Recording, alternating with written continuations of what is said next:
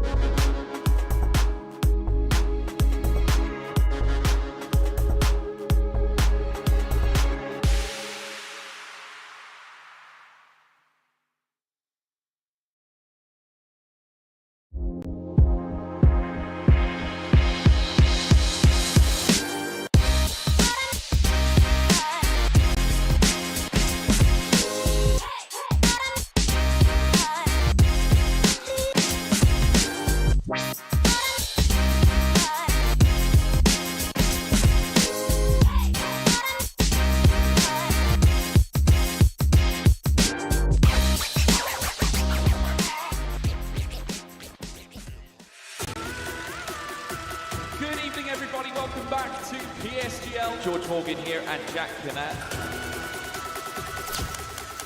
All the lights are currently lit here on track. And it is go, go, go! Donoso with a crafty maneuver up the inside. Masterclass from the Chilean. Crucial championship points on offer here. Do not count out Danny Berezne. Blonde has done the job. This is for the win between these two. Freddie Rasmussen wins the United States Grand Prix. Alfie Butcher wins for the first time ever. Lucas Blakely takes the championship. It's Barry Borman. Jarno Opmeer is your champion.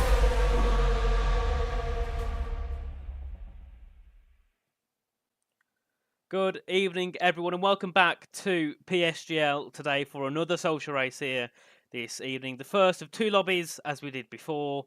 We're going to Belgium. Obviously, this is our last social race before we head off to the main season. I think Connor labelled this as the race to F2 race, which is basically if you want one last chance to prove you're worthy of a certain tier, then this is it. So do what you can in quality and do what you can in the race to prove that you deserve to be in some of the higher tiers. Joining me tonight will be Max Ring, as he was last time. And Max, looking at the lobby, we've got drivers from F2, 3, 4, 5, and maybe a couple from F6. So a very interesting lobby. Many names I haven't seen that much. So we should have quite an interesting race.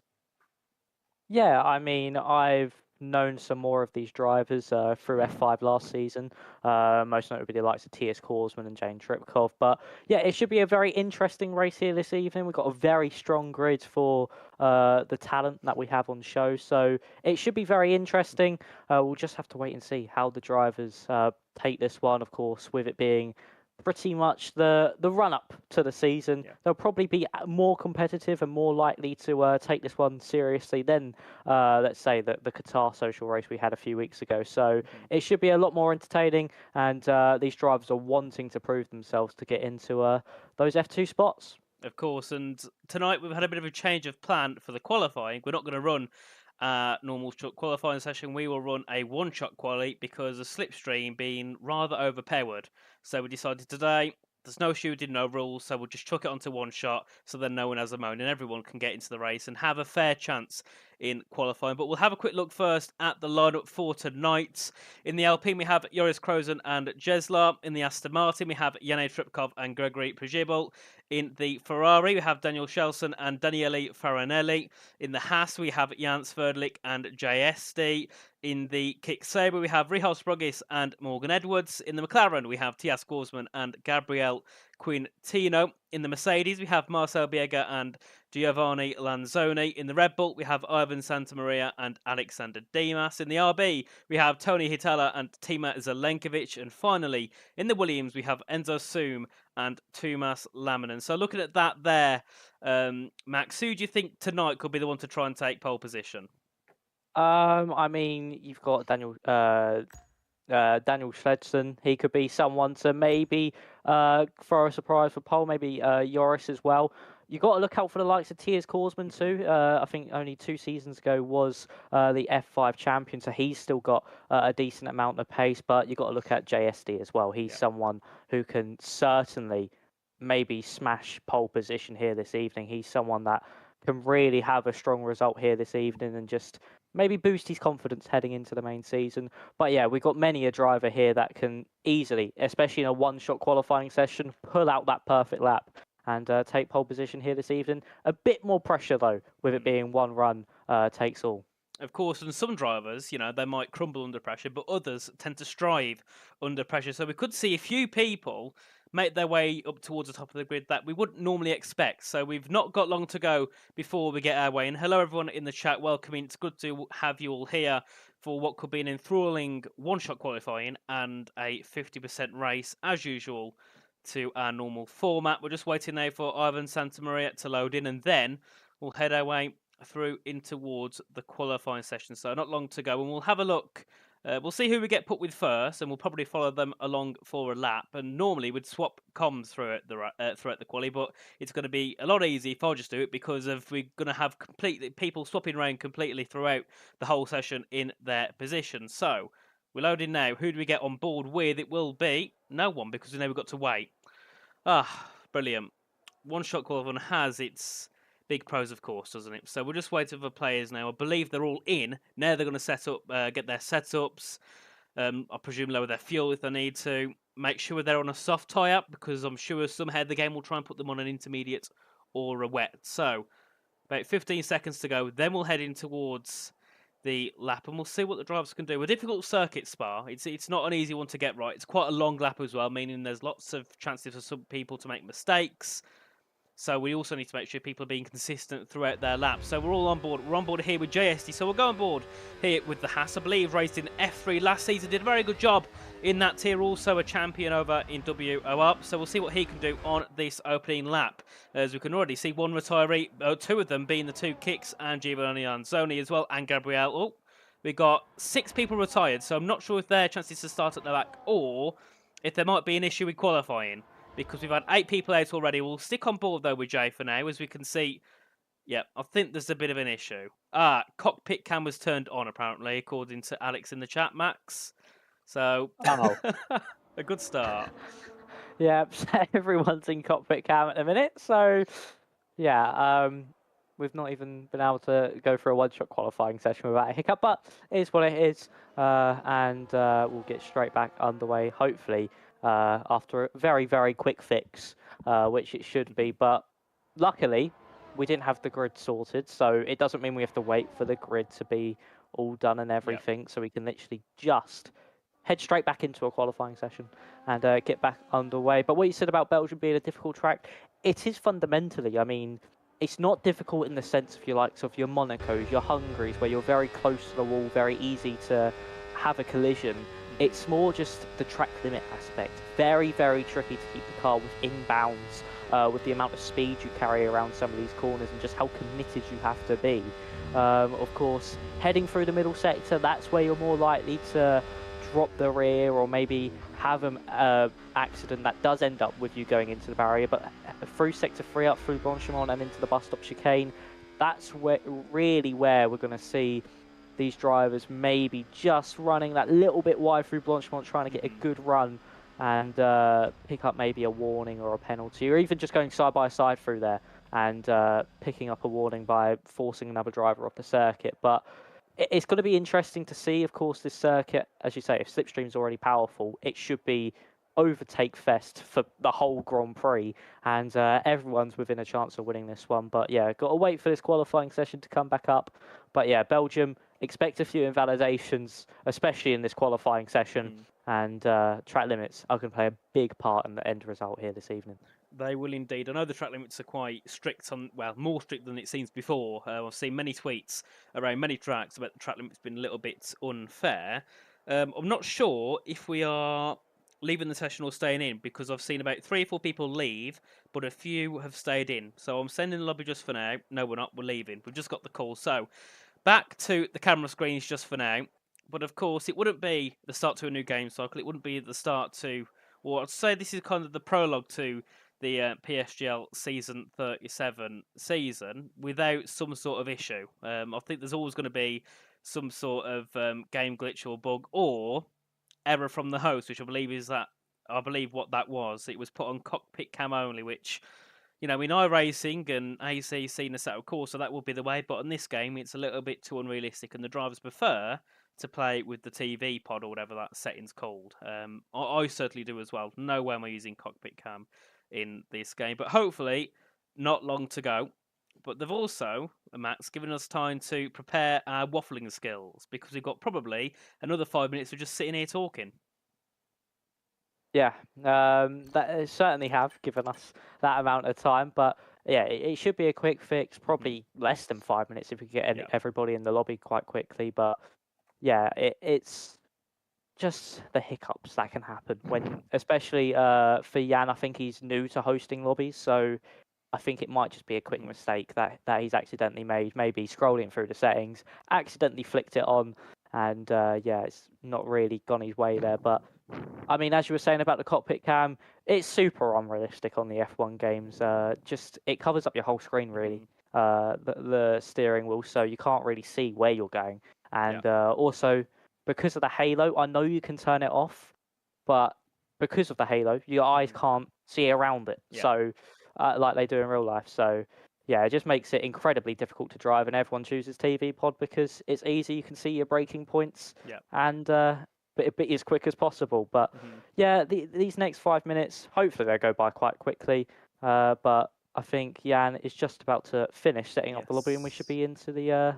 Everyone should be in a few minutes' time. I'm hoping, because it's currently on short qualifying and we're meant to be on one shot. So I don't think we'll get a restart if we get put on short. I think the drivers are just going to have to deal with it, because I know a few of them are very angry about the slipstream being OP. Someone put in the chat that you can get a strong slipstream from being about 8/10 back. So yeah, that's rather not ideal. Of course, when we get into the main season, there'll be rules and making sure people are spread apart and stuff like that, just so we don't have people gambling off the fact they can get slipstream and gain a couple of tenths. But in my opinion, I think if it's part of the game and the slipstream's OP, you need to adjust to it. We've needed to adjust to many things over the past 3 or 4 game cycles. In my opinion, the driver should just suck it up and learn how to qualify with it. And if you're not first out, then you're fine. If you're first out, then that's your own fault, I suppose. But then again, I suppose the issue is about people being down different parts of the pit lane. So I'll let the drivers discuss that, because I'm about 1.5 seconds off per lap. So I have no sort of place to say anything. But we'll have a quick look at the track while we're here, while we're waiting. There we are. You can see on your screens the Spa-Francorchamps circuit. 19 turns, 7 kilometres, 4 kilometres, 0.004 kilometres over the FIA allowed distance, but they thought, you know what, it's Spa, leave it. And then, of course, we have lots of elevation change around this circuit. A big elevation change up in towards Eau Rouge and Radion, then, of course, down towards turn 10. So there's lots of changing all around the lap. Doesn't really make much of a difference in the game. In real life, of course, it does. But I've got to say, obviously in the middle of a forest. The track itself, I think it's a very nice track. I think sometimes it's a bit overrated, but Max, what's your thoughts on that? Do you think Spa's a bit overrated as a circuit? Um, it can be from a whole racing Hmm. aspect. I mean, it's not really provided the most eventful races Yeah. in real life over the past few, but as a circuit to drive and to master, it is probably one of the most satisfying on the calendar. Just hooking up that middle sector alone Yeah. is one of the best feelings on this game and on any F1 game or any racing game with Spa on it, because it's so on the limit. You're just pushing the boundaries of the car and overall yourself. And if you can hook it up nicely and gain those 2-3 temps that you need, it is such a satisfying feeling. But yeah, from an overall racing point of view in F1, to say the least, I think it is a mildly overrated circuit in that aspect. Of course, and obviously, I know a lot of people will be against that, but I know a few will be for it. So I was very cautious on saying that because I thought, oh, I might get hated in the chat for saying that. But no, everyone's quiet, which is good. But guys, let us know in the chat quickly before we get in. Who do you think will take pole position? Because we've got about 10 seconds before we get in. Then we've got to load in. Then we've got to get everyone with their setups and on the correct tyre. So we have a bit of time before that happens. Max, obviously, we saw one corner. Are you changing your mind on who you think might get pole? I think you said JS, didn't you? Yeah, I did, and no, I'm not changing out after one corner. What about you? What about you, Nathan? What do you think? Um, Who do you think? oh, Get I pole? didn't make a prediction earlier. I'll go with a No. safe bet and I'll say Joris Krozen. I know for a fact last season he did decent quali in WOR. I think he's won a championship. He was always in and around that top three. And I think he's also one of only 4 or 5 drivers who take part in F2. So I'm going to play it safe and say Joris Krozen because I also don't want to be wrong. But I've also now probably cursed him by saying that. So, yes, not long to go. And Andre says in the chat, imagine everyone invalidates at Eau Rouge. Well, it's possible, but we're F2 to F6, so I don't think it's going to be that likely. If it is, maybe me and Max have some place to race in there. And we're leaving the session again. Well, 2 Oh, people what have at for that? least. Oh, So I'm not sure what's happened there. Hopefully there's no issue. And if there is, then I think there's a change of host needed. But yeah, it's a black screen for me. So this isn't looking that promising, Max. Can you see the game? Or no, it is a black screen for me as well. Tony said that he left because his game crashed. ah, And then I don't know about Yoris. Crash Oh, 2. He crashed too. Ah, I think we might be getting another lobby restart. Well, I mean, if there's only 2 people, I don't know why we get. I Yeah, mean, I mean, I'm still. Oh, we got 3. That's oh, that, 3 gone now. oh, Free's gone. And it seems like Timo Zelenkovic was the reason we didn't go to the normal screen. I mean, if they join midway through this one shot, if I they're think we've able to got a join restart anyway. I think there's a restart after quali, I think, already. So they can get in, but they'll just be at the back. But yeah. yeah, an interesting one indeed. We only have about 15 seconds to go before, yet again, we're heading towards the qualifying session. I've got my phone on the other side with the chat open, ready to know if we're going to continue or we'll go. So we'll see. Connor's typing, but we'll keep our eyes on the screen just for now. So we've got 3 people who have an issue, which is Joris, Tima, and forgot the other one, but we're back on board again with JSD. So we'll go on board with the Haas once more as we head our way down towards turn number 1 around this beautiful Spa circuit in towards La Source. Back on the pebble on the exit. Joris has joined back, which is brilliant to see. At the moment, it's Gregory Prigibble with that top position, but of course, many more corners to go in this next lap. Up the hill through Eau Rouge and in towards Radion and along that long back straight down towards the Les Combes chicane, where you can also gain or lose a lot of time. We'll go on board with Jay now as he heads his way down. Just going to get everything put on our screen, the map. There we are. And then we can remove that from the bottom corner. So, JSD currently sitting in P13. At the top, it's Alexander Dimas. We'll move over to the Red Bull, who's at the top of course, recently joining the SRC Esports team. So we'll see if that's had any difference with his qualifying and race pace tonight. He's dropped down to P9, so we've cursed him a little bit by jumping onto him when he was on pole. Now he's down to P7 and P8 as he heads his way through to the end of this middle sector now, through P1 corner, then in towards the Piff Path or the La Fagna chicane. I believe turns 13 and 14. This is as he heads his way through nicely so far here from the Red Bull car, and then in towards Stavelo. I've still got to remember some of these corner names because I haven't been to Spa for rather a long time. Then, of course, now down this other little bit of a back straight with a bit of a corner in towards turn 19 now at Blanchimont corner. And then we'll head in towards the final corner at the bus stop chicane. So currently it is Gregory Prigibble on the top spot. He's been that for the majority of the lap. So we'll keep on board with the Aston Martin now. In towards the final corner. Will it be pole for Gregory Prigibble to the line? He won't be. No, down to P3. It's Gabriel Quintino on pole position there. Gregory getting jumped at the final hurdle. He will be down towards P3. We'll see shortly who was in the middle of those two. I believe it was the kick sabre of Richard Sprogis in second place. And then we have, of course, Gregory in third. T.S. Korsman in P4, followed by Daniel Shelson. Then we have Marcel Biega, Tumas Lamanen, Jane Trupkov, Alexander Dimas, and Jeslar being the top 10. Then we have Ivan Santamaria, Jan Sverdlik, Daniele Farinelli. Then we have Morgan Edwards, Tony Hitala, Timo Zelenkovic, Joris Kroos, and Enzo Soom, Giovanni Lanzoni, and JSD didn't set a time, of course. The two RBs and the Alpine had a disconnect. Yep, so very nicely done there from Quintino. I think Prigibble actually messed up that lap into the bus stop chicane. I think he just went a little bit too deep, costed him on the run out the corner, and put him down into third behind Sprogis and Quintino. But there we go, straight into the race now, and it's going to be an interesting one to see. I think it's going to be a medium hard strategy. Don't quote me on that because I've not seen any Belgian races so far on this game, so I have no idea about the strategy front. So we'll have to wait and see.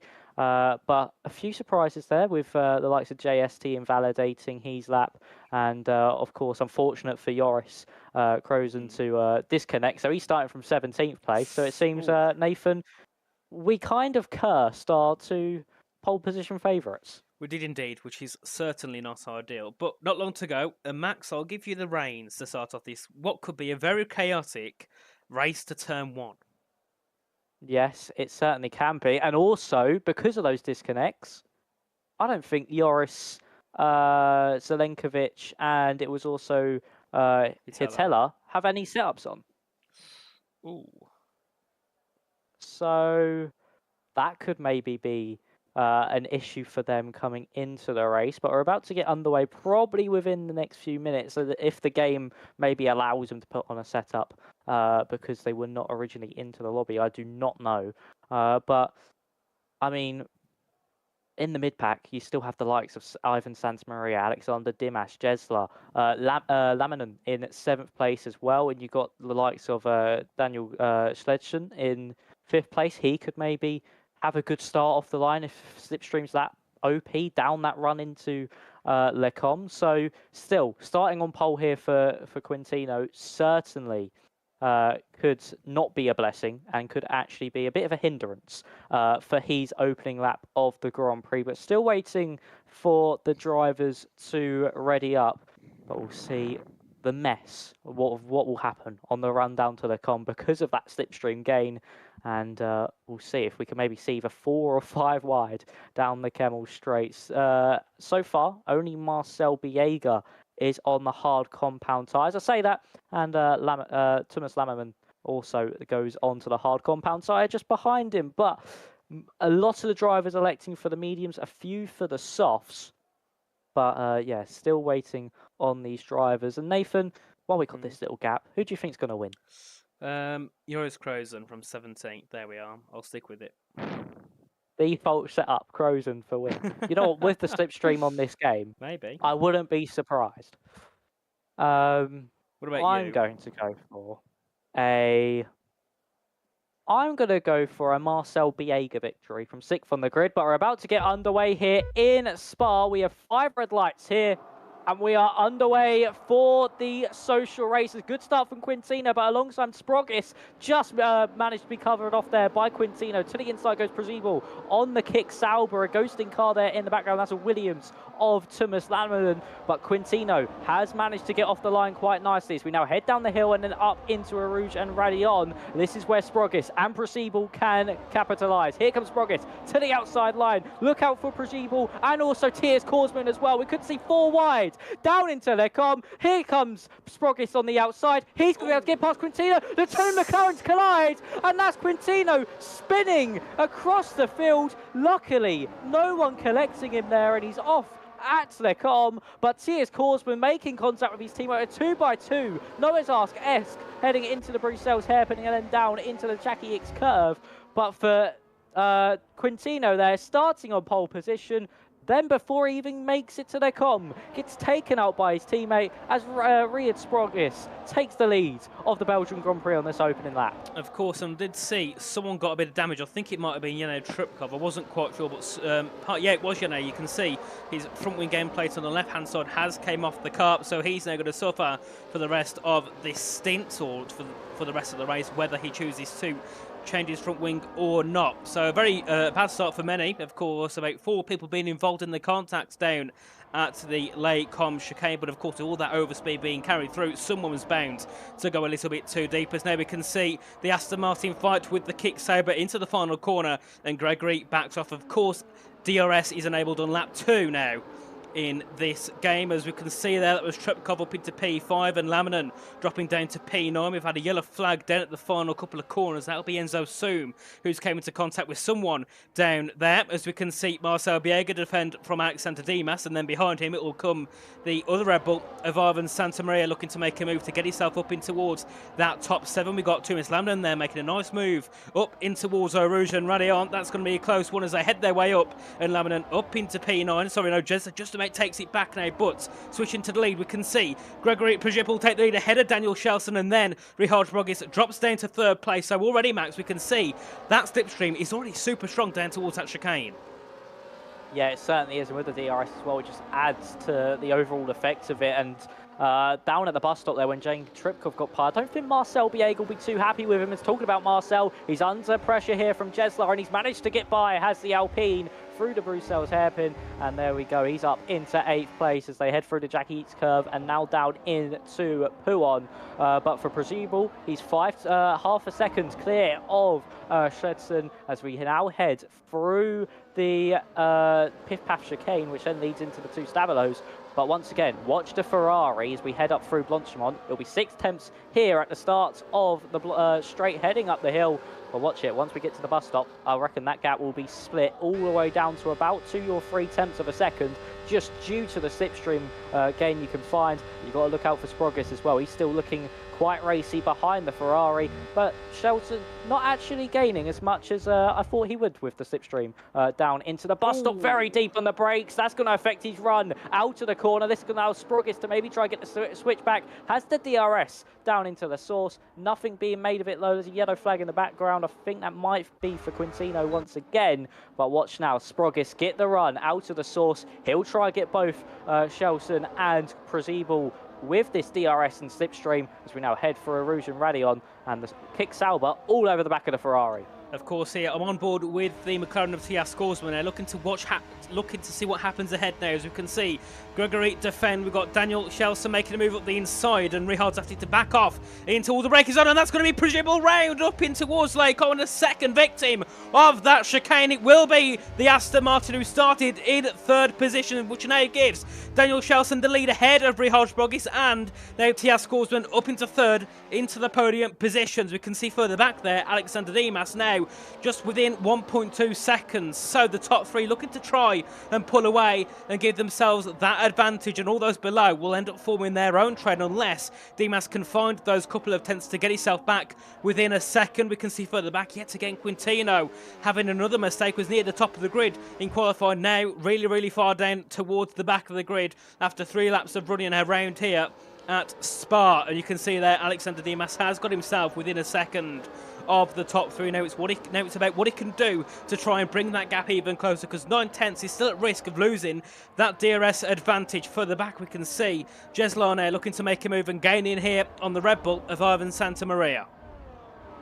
Yeah, here we are then with the Alpine heading up into the bus stop chicane. A real split of tyre strategies actually. Only Marcel Biega is on the hard compounder tyres. Everyone else either on the mediums or the softs. Dimas with the fastest lap of the Grand Prix. That's really helped his cause to get back within the train. As Sproggets with a little slide. He had a half spin there through the source. That's allowed T.S. Korsman to be ghosting inside of him now. He'll get this DRS and also the slipstream, but could we see a repeat of what happened to Brazibel and Sproggis? Look at the run T.S. Korsman has got on the kick Sauber. This could be a brilliant move from the McLaren driver. He's got the DRS, he's got the slipstream. Dimas just watching on in the background, but here comes Korsman, just can't get by on Shelton, as actually Sproggis trying to hold this one around the outside as contact made. Both of them sliding, and it's unfortunately Sproggis sliding off the circuit. And he's now down into 7th place behind Jesler, who's managed to just about get by before we reach the hairpin. But for T.S. Korsman,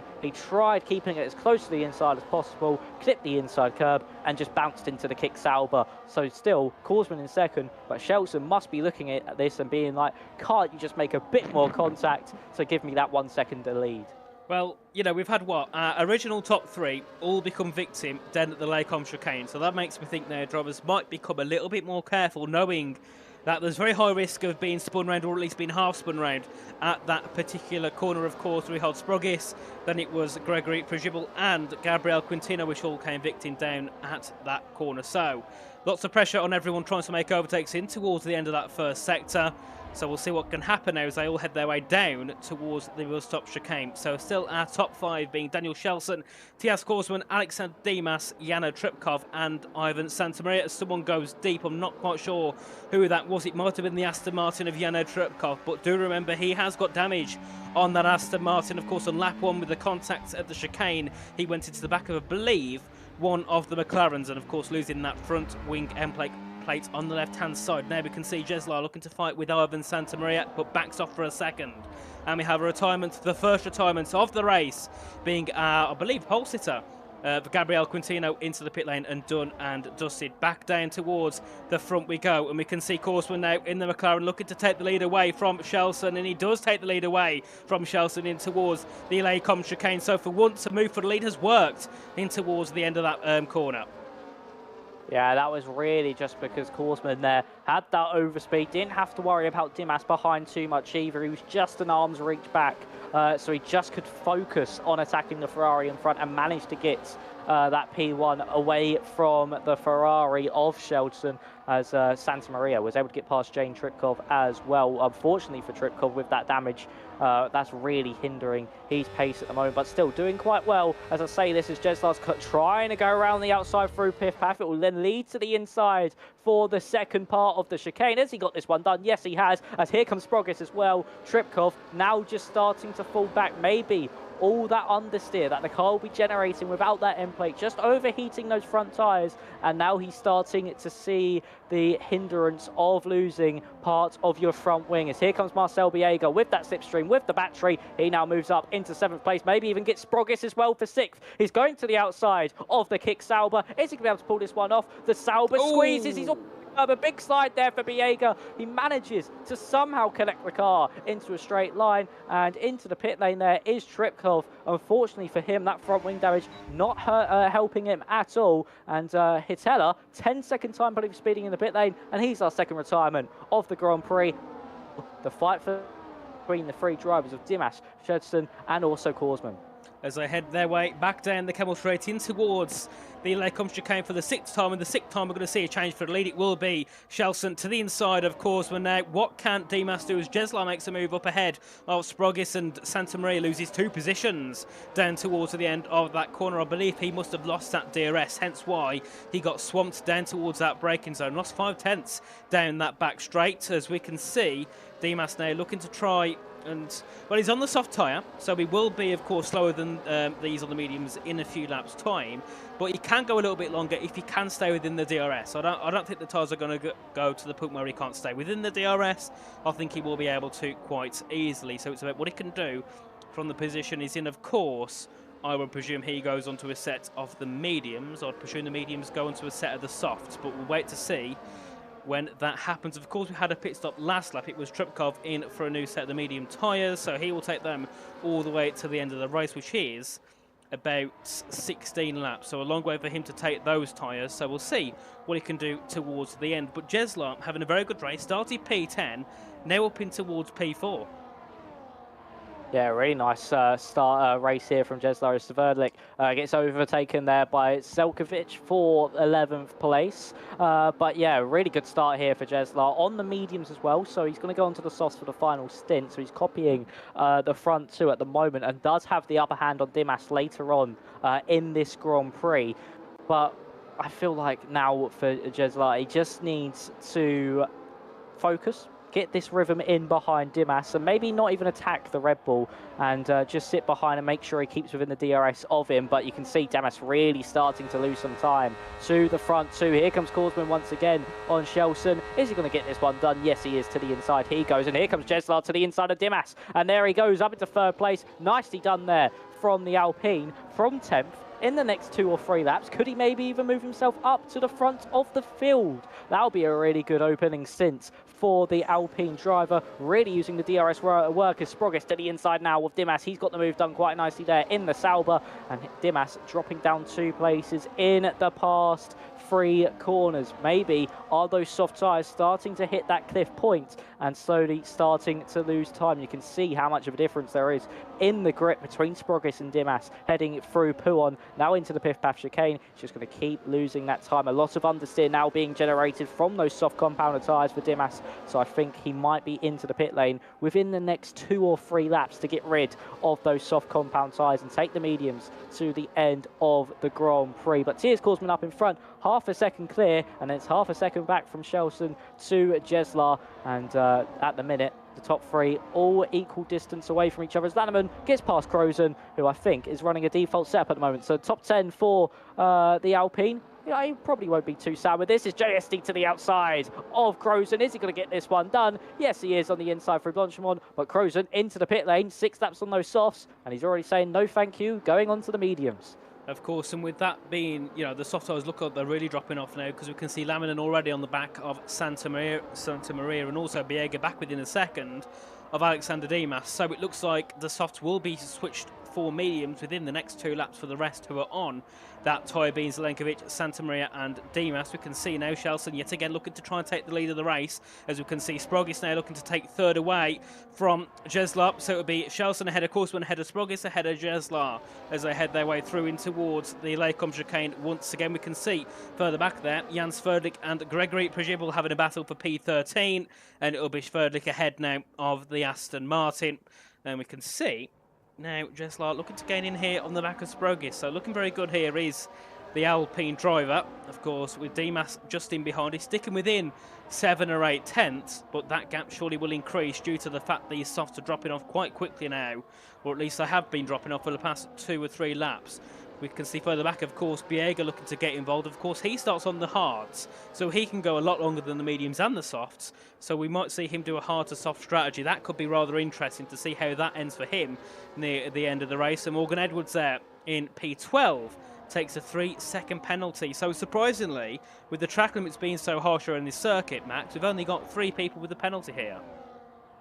Yeah, that's actually really surprising, especially for Belgium standards. Just shows how precise these drivers are and how easily they're able to stay within the track limits, as that's Farinelli getting past Santa Maria. He's really starting to struggle here, is the Red Bull man. He's gone from all the way up in 7th place and now down to the final points paying position in 10th place. But further up, Dimas really starting to struggle on those softs. He's now out of a second from Jeslar, so he won't get DRS into their com. And this could be where Marcel Biega needs to capitalise. He needs to get this move done now. Use that slipstream, use that DRS, and maybe even use a bit of battery to try and catch up to Jeslar in front. The Alpine just going to sit behind Sprogis. No change for the lead either this time, so Shelson can just stay in front for now and just focus through this middle part of the lap and not have to look at the back of Tiers Korsman. So only moves being made further down. It does not seem so. JSD now behind Thomas Laminen, who's 1 second behind Alexander Dimas. That gap will be closing throughout this lap, maybe even down to about 7 tenths, 6 tenths of a second once this lap comes to an end. But But look how much time Dimas is losing here, Nathan. He's already a second behind Marcel Biega, and Thomas Lammerman, in the space of 2 corners, has found 0.2 of a second. So those softs really need to go off that Red Bull now, and he needs to switch over to the medium tyres to just lose. Lose the deficit that he's going to have if he stays on this soft tyre. Yep, we expect to see Dimas in probably this lap, if not the next, at max. As we can see now, Marcel Biega looking to try and close into the rear of the top 4 on the hards versus 4 medium runners now. We'll see what he can do. Maybe he can try and fight for the lead before they all scurry off in towards the pit lane on to, I presume, a set of the soft tyres in a few laps' time. As they all head into the braking zone now. And our top 4, oh no, TS Korsman goes into the pits. I was going to say our top 4 stay out, but no. Our second place man pits early. Tries something different to all the others. We'll see that can work out for him, maybe. Getting to a bit of free air. Of course, he'll be leading that pack, so he could really make an advantage work if he's not stuck in a train of cars, and he can really push to his full potential now. As we go on board, we're here with Marcel Biega in the Mercedes, looking to try and get in here on the back of the Alpine, a Jesla, of course, with Richard Sprogis trying to hunt down Daniel Shelson. We could see quite an interesting position change here, as we can see Marcel gaining very quickly, but I don't think it'll be anywhere near close enough to making a move. As we can see Farinelli making a move ahead of Laminen, and then we can see JSD actually as well, I think, making a move ahead of Laminen now. So it'll be JSD into the top 5, with Farinelli, Laminen and Edwards behind, with Sverdlik and Santa Maria right out the top 10. Yeah, and a disastrous pit exit here for Korsman. He's now behind Joris Krozen, and you can see the undercut. Krozen was down in 10th place when he came into the pit lane. He's now battling for what would be the race lead. So the undercut, very, very powerful. TS Korsman got onto a hard compound tyre. Let's see how that favours him come the end of the Grand Prix, but that could certainly maybe hinder his chances at a race victory unless these drivers can't take those softs long enough. We saw around about lap 6 is when those soft tyres started to degrade, so he's hoping that he can get a bigger gap with this undercut towards Schledson and be able to get in front of the rest of the field. But Sprogis now all over the back of the Ferrari, and we can see what he can do heading into the com this time around. Sverdlik gets past Morgan Edwards. He's now up into 8th place. That was on the run up to the bus stop chicane. Nicely done with the slipstream, but a big slide heading through the bus stop, and he elects to come into the pit lane. Farinelli as well elects to come in. Same with Santa Maria. You can see what these drivers now decide to go on to. For Farinelli, it's going to be a set of the hard compounder tyres.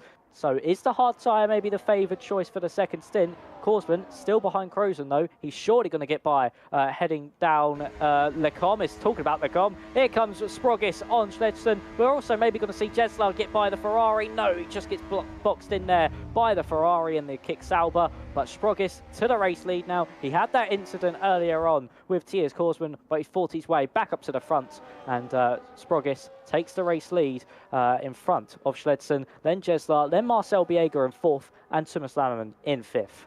Of course, as we can see there, Daniele Farinelli making a move ahead of Gregory Pujibel for P14 there as they head their way down towards the Lecom chicane. Of course, a few drivers on the hards, a few opting for the mediums, with a Jan Sverdlik opting for the soft tyre. So trying something different to all the others is the hassle. See how that works out for him near the end of the race. As we can see, JSC there closing in quickly on the back of Thomas Laminen. Makes me think that Laminen made a mistake somewhere in that middle sector to bring JSD very, very close indeed, as they all head their way now through Curve de Paul Frere and then of course down towards the Blanchemont corner.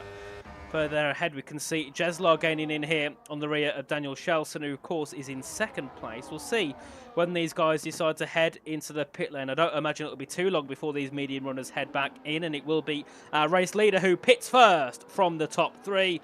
We'll see what Richard Sprogis chooses to do now, as we can see Jeslar and Marcel Biega take 2nd and 3rd, with Shelson back in the lead. Yeah, this is now crucial for Sprogis. Where does he come out in relation to TS Korsman, who pitted 2 laps ago? On to a set of the hard compound tyre for the kick Sauber, and there they go. There goes TS Korsman heading down into turn 1, still behind Joris Krozen, who's done really well in this race so far with that undercut strategy on the medium tyres to get out where he is. There's more battling further back, but Sprogis about 2 seconds behind. Marcel Biega's now taking the race lead in front of Jeslar and Schledson, and he's managed to get up into P1. The Mercedes driver on that opposite strategy. The only driver to start on the hards. Now up into the race lead as Sledson looked to the inside of Jeslar, not able to get the move done. Korsman was able to get past Crozen there for 5th place on the road, and now a net P1 for him. Sverdlek gets a 3-second time penalty, and there's more battles further back. There's Enzo Sum versus Jane Tripkov here, and also Zelenkovic getting involved. He's to the inside of the Williams. There's contact made. Luckily, Sum not sent into a spin. More contact as they exit the corner, and now into the Jackie X curve. More contact as we head through, and Zelenkovic having to go off the rows, and Enzo Sum keeps the position. As further back, I think JST was able to get past Farinelli as well. There was a yellow flag. I think that might have been for Jan Sverdlek down in 18th place. But Tiers Korsman in net P1 trying to pull a gap from Joris Krozen or Marcel Biega. He's going to go long here, but you would expect Daniel and Jeslar to come into the pit lane here. Of course, with Morgan Edwards as well, who still hasn't been into the pits, but he's quite far off the leaders. He's, 3.4 off. So when he pits, he'll be all the way down to the rear of the field. And it will be Marcel Biega who makes his pit stop first, heading off the set of the hards. Morgan Edwards as well into the pits from his set of medium tyres. It'll be a hard medium here for Marcel Biega. And what will it be here for Morgan Edwards? It'll be a medium 2 when he changes his tyre. I think it might be a hard tyre possibly here for Morgan Edwards, but he's taken a long time in the pits indeed. No, he'll go into a set of the softs to take those to the end. As we can see, Shelson retake the lead away from the Alpine of Jeslar. And now these two, of course, still yet to pit, but it'll be T.S. Korsman who has the net lead of the race ahead of Joris Krozen. Joris now takes the net lead as he jumps up into 3rd in the Alpine car, of course, starting all the way down in P17. Now looking to try and fight for the lead, but remember, he has got 5-lap hold tyres. I know, for example, in last game, you know, if you was on 5-lap hold tyres and the guy behind was on 0, you'd be swamped. But the question is it the same in this game? Is the tyre degradation as bad, and does it affect you as much? We'll see as we head towards the end of the race, and that will be a DNF on circuit for Janov Trepkov, which means we could see a safety car, and also that'll be Enzo Su who gets caught up. And no, we don't have a safety car, so it's either turned off or we've got a glitch again. I think, actually, both of them have retired on the circuit. Oh, okay. I know I saw Jane's car head off into the hairpin's runoff. I don't know anything about how Enzo soon retired, but I think that could have been maybe a retiree on a track for the pair of them. Sprogis able to pull away slightly from Dimas and Biega. They were having a big scrap heading into their com, and Sprogis in this middle sector really has put his foot to the floor. Schledson into the pit lane now, so it's only Jeslar left to pit in this Grand Prix. I think he's going to try take a set of the soft tyres to the end. He's just trying to extend as much as possible and then just use up all the soft tyre he possibly can. Probably come in at the end of this lap. Schledson coming out to the pit lane where we'll see where he comes out. He'll probably come out in this gap between Zelenkovic and JST. Zelenkovic has done really well as well to come out where he is and actually be on the fight between Dimas, Biega and Sprogis. But for Ledgen, it's not too bad. He's behind Zelenkovic and could actually get a decent run with DRS on him as Joris Krozen and T.S. Korsman swap places. Marcel Biega now getting past Sprogis and also Alexander Dimas. Sprogis tries squeezing the Red Bull driver, wasn't able to do so as Schledson also gets past Zelenkovic as well, as Farinelli also gets past JST and all of that. Multiple moves being made, and those could be key moves in this race. But I feel like for Farinelli here, he's really got to put his foot to the floor, but I don't think he'll catch up to that top 8 unless something drastic happens to them. So we're going to see a battle from P9 downwards, and then a battle from T.S. Korsman all the way down to Zelenkovic for this race victory in those closing laps. Of course, as we can see now, Daniel Shelson already within 2/10 of Rihaj. Sprogis now looking to try, well, thought about making a move in towards the Lafayne chicane, but backs out knowing that won't be the move for him now as they head their way down towards Stavelo. When can Shelson make the move ahead of Sprogis as they head their way through Curve de Profert? Then we can see ERS being used by the Ferrari to the outside of the kick Sauber. And Paul's just ahead. Can he get ahead?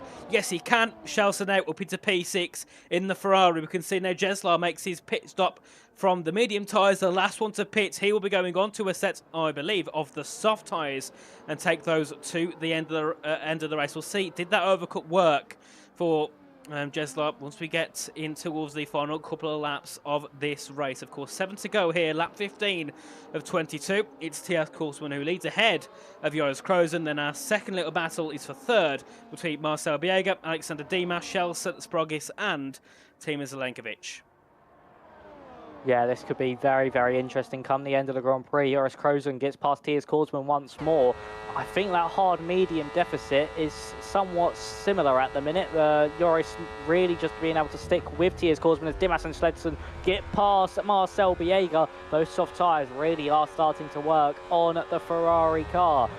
Where did Jeslar come out? He come out just behind Zelenkovic. Just look at that 2x2 heading into the hairpin. But Biega and Sprogis make a bit of contact. Biega tried going around the outside of Ledson, but wasn't able to get by.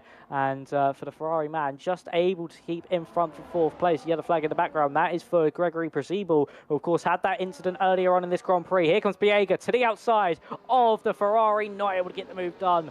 Once again, was really squeezed there by Shedson into the chicane. He's actually picked up a 3-second time penalty for running off the circuit. Sprocket's now all over the back of Biega. He's really trying to push that Mercedes and force an error from him. He already has one with the time penalty, but he wants one that gives him the position on the road. Here comes Biega now on Schledson. Can he get the move done? The Ferrari sticks it into the middle of the road, so they make a bit of contact heading up into the bus stop chicane. Now, is Biega going to look to the outside or the inside? He's gone late on the brakes on the outside. He's sliding the car through the corner, but Schledson once again, brilliant defending from him, keeping his car in the middle of the track, having the car as wide as possible, and Dimas is looking at this behind, thinking this is what's about to attack me, heading down into Le Com. So now on board with the front two, Joris Korsman and Tiers Korsman, and we'll see what happens in this one. There's going to be a quick and simple switch for the lead. There goes Tiers Korsman past Joris. Nicely done from the McLaren driver, but now we're back to this battle for third place. It's Schledson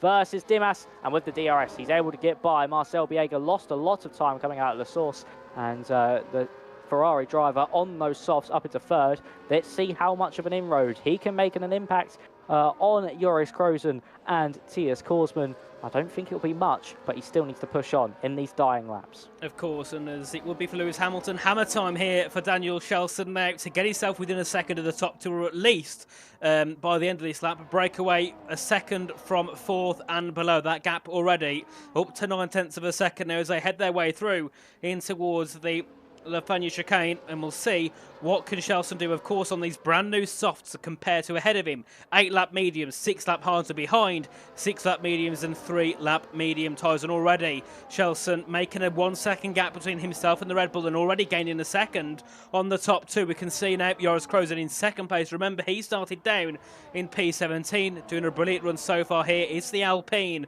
as they head their way now down to the braking zone at turn number 20 at the bus stop chicanes. We can see Biega ahead of Dimas, and Sprogis as well looking to make a move in the kick saber. A bit of a slide from the Mercedes, and that makes an even bigger gap now to Shelson. As we can see, Sprogis as well look to make a move, and then Timo Zelenkovic was nearly a second back now within a couple of tenths. So that big mistake from Marcel has cost him a lot of time and brought Zelenkovic back into the battle. And also to note here, Max Jeslar nearly within a second of the top three.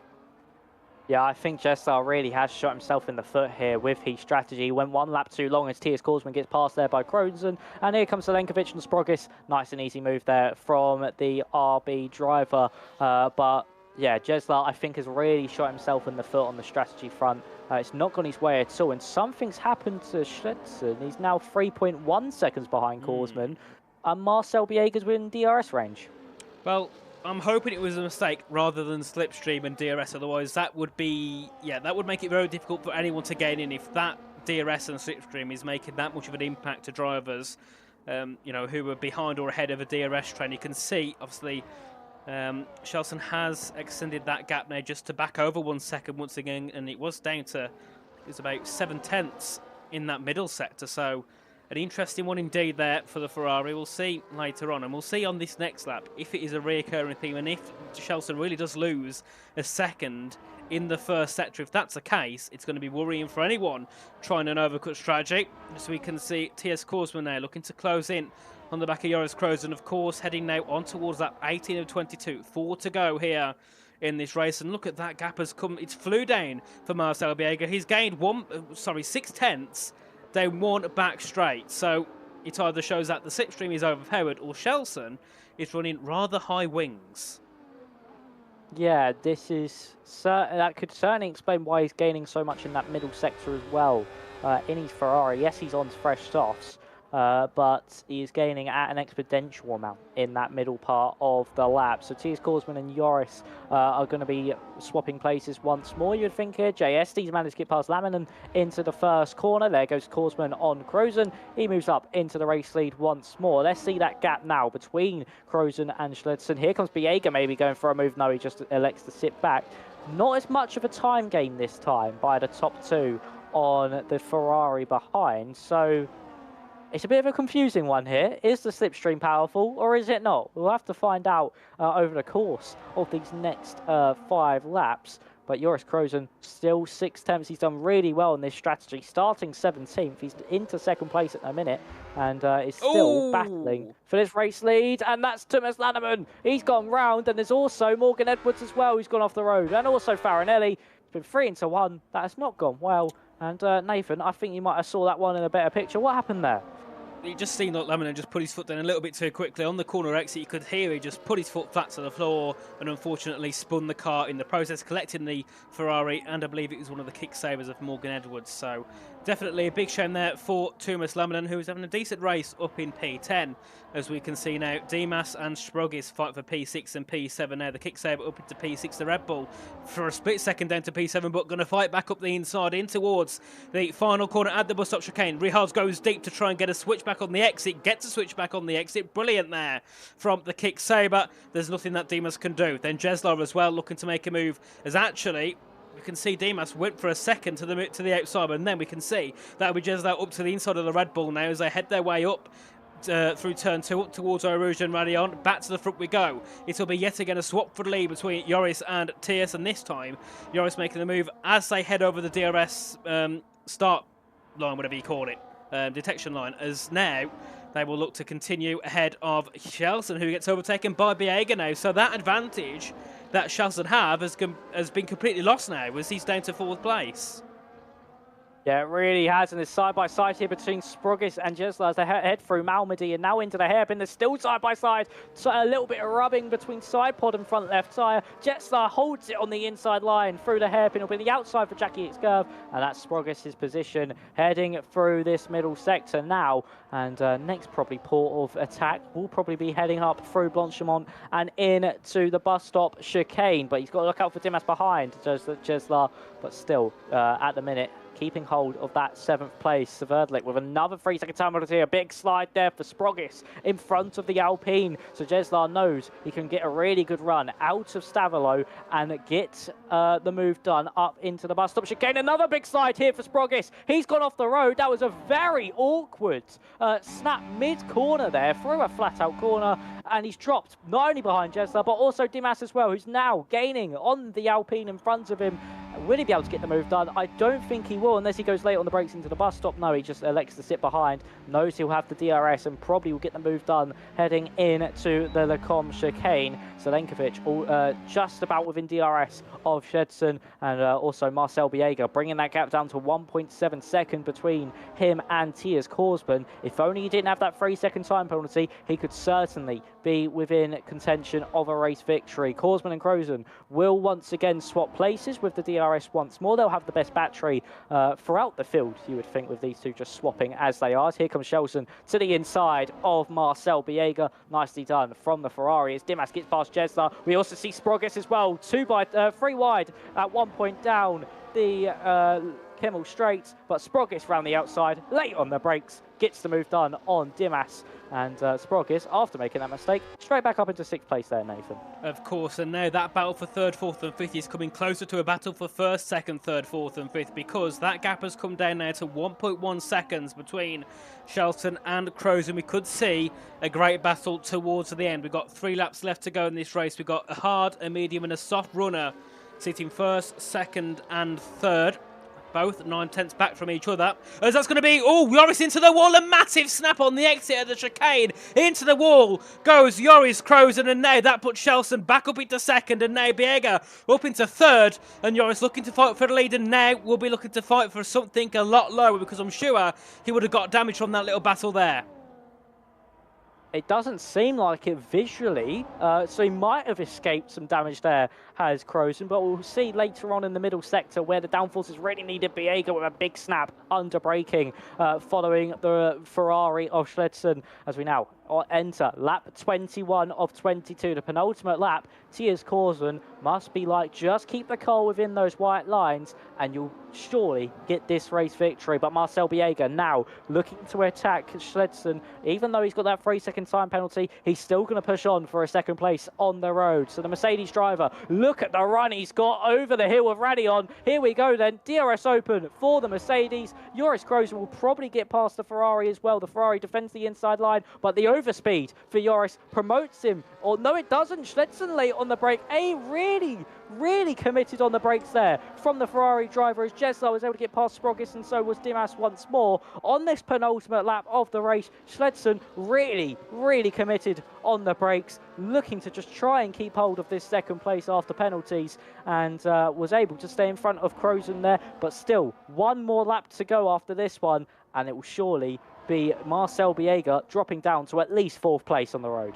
Of course, and a big shame for Biega, who's had such a good drive. Obviously, was one of the only to start on the hards and went to a set of the mediums quite early. So he's made this strategy really work quite well to obviously get second on the road. We can see Shelton in third as well, obviously going for that medium soft, which none of the leaders did. So, all those there in the top three tried different things, and they've all relatively came out close together, which means going in towards this game now, strategy could be very interesting, and it's going to be great to see many different tyres being used in a race, and it could create for some brilliant action on the circuit. As we can see, Shelton stay within a second of Biega as they head down towards the bus stop chicane to begin the final lap of the race. It will be Tiers Korsen who leads by just over a second and a half now, down towards La Source for the final time. He will be looking to take victory here tonight in the McLaren car for Lobby 1 of our final social races, as Connor called it, the race to F2 here for Tiers Korsen. And we can see Marcel Biega in second and Daniel Shelton in third.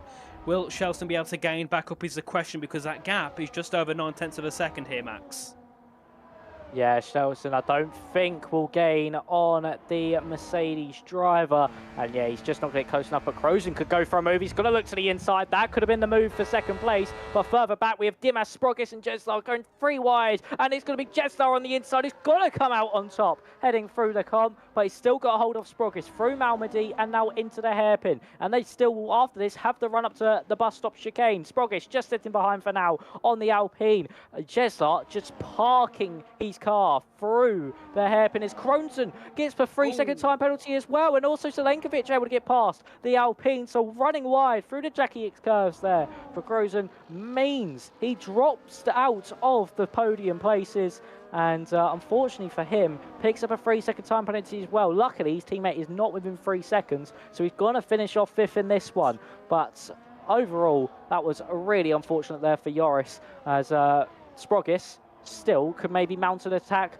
on Jeslar, heading up into the bus stop chicane here, Nathan. Yep, we'll see what happens between those two, but I want to switch back to the lead, as it will be Tiers Korsen now to enter in towards the bus stop chicane. And you can see Biega there had a brilliant final couple of laps, but it wasn't enough to get ahead of the McLaren. It will be coming out to the final corner. Tiers Korsen to win here in Spa, ahead of Biega, potentially, as he will drop down to P4, which means Daniel Shelson takes second and Tima Zelenkovic will take third. Of course, Biega then slotting it into 4th. Krozen in P5 ahead of Jeslar in P6. And we have Sprogis, who finished 17,000th back from the Alpine in 7th, followed by Dimas, JSD and Narvan Santa Maria rounding out the top 10.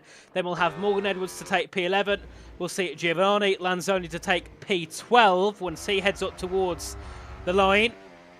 And then it'll be Presumable in 13th, and then of course Jans Ferdlich in P14. So a very enthralling battle there for the lead, and of course for many positions downwards, Max. I've got to say, for a Spa, that was rather interesting. It was a very good race there, and for Tiers Korsen, brilliant drive from him, executed that strategy perfectly, And I think him having Yoris as well up in the front helped him massively when it came to just keeping that lead around about that 1 second, 2 second window. So for TS Korsman, brilliantly done. And the battles further down the field as well. Everyone was going very aggressive, knowing that this isn't really for a championship. And just going elbows out, fighting for every position they could get. And that run to the line between Jeslar and Sprogis, with Jeslar coming out on top, but only just shows the brilliant racing we can get on this game. Yes, the slipstream may be strong, but look at the racing it provides. Of course, absolutely brilliant racing throughout the whole of the field. And of course, we'll look at the grid or the final classification. Once again, it'll be Korsman ahead of Shelson, ahead of Zelenkovic, Biega, Krozen, Sprogis, Dimas, JSD, Santa Maria, and then Edwards in the top 10. Then we have Lanzoni, Prishibel, Sverdlik, and Jeslar was up in P6, but of course, retiring early, he dropped down. And then, of course, the drives we lost with Farinelli, Laminant, Trepkov, Soom, Pitella, and Quintino, of course, our pole sitter. Having that contact on lap 1, dropped him all the way down to the rear of the field. So, a very good way to start off this game. Once again, of course, this is our second social race that we've got, and our only one, because, of course, next week, I believe, we head over to the main season to begin the PSGL season, which will be very exciting indeed. Of course, thank you to everyone that has joined us. We'll move back over to the intermission once more. And there we are. I've got to say, a brilliant race indeed. And good way to start off this game. Of course, we've got Lobby 2, which has literally started 3 minutes ago. So make sure you guys to head yourself over there and get ready for another interesting race at the Spa circuit, yet again with another fantastic 20 driver grid. Of course, Max, thank you for joining me tonight for commentary. It's been a pleasure once again, and we'll see you next week or the week after, whenever it is, for the main season of PSGL. So for now, good night.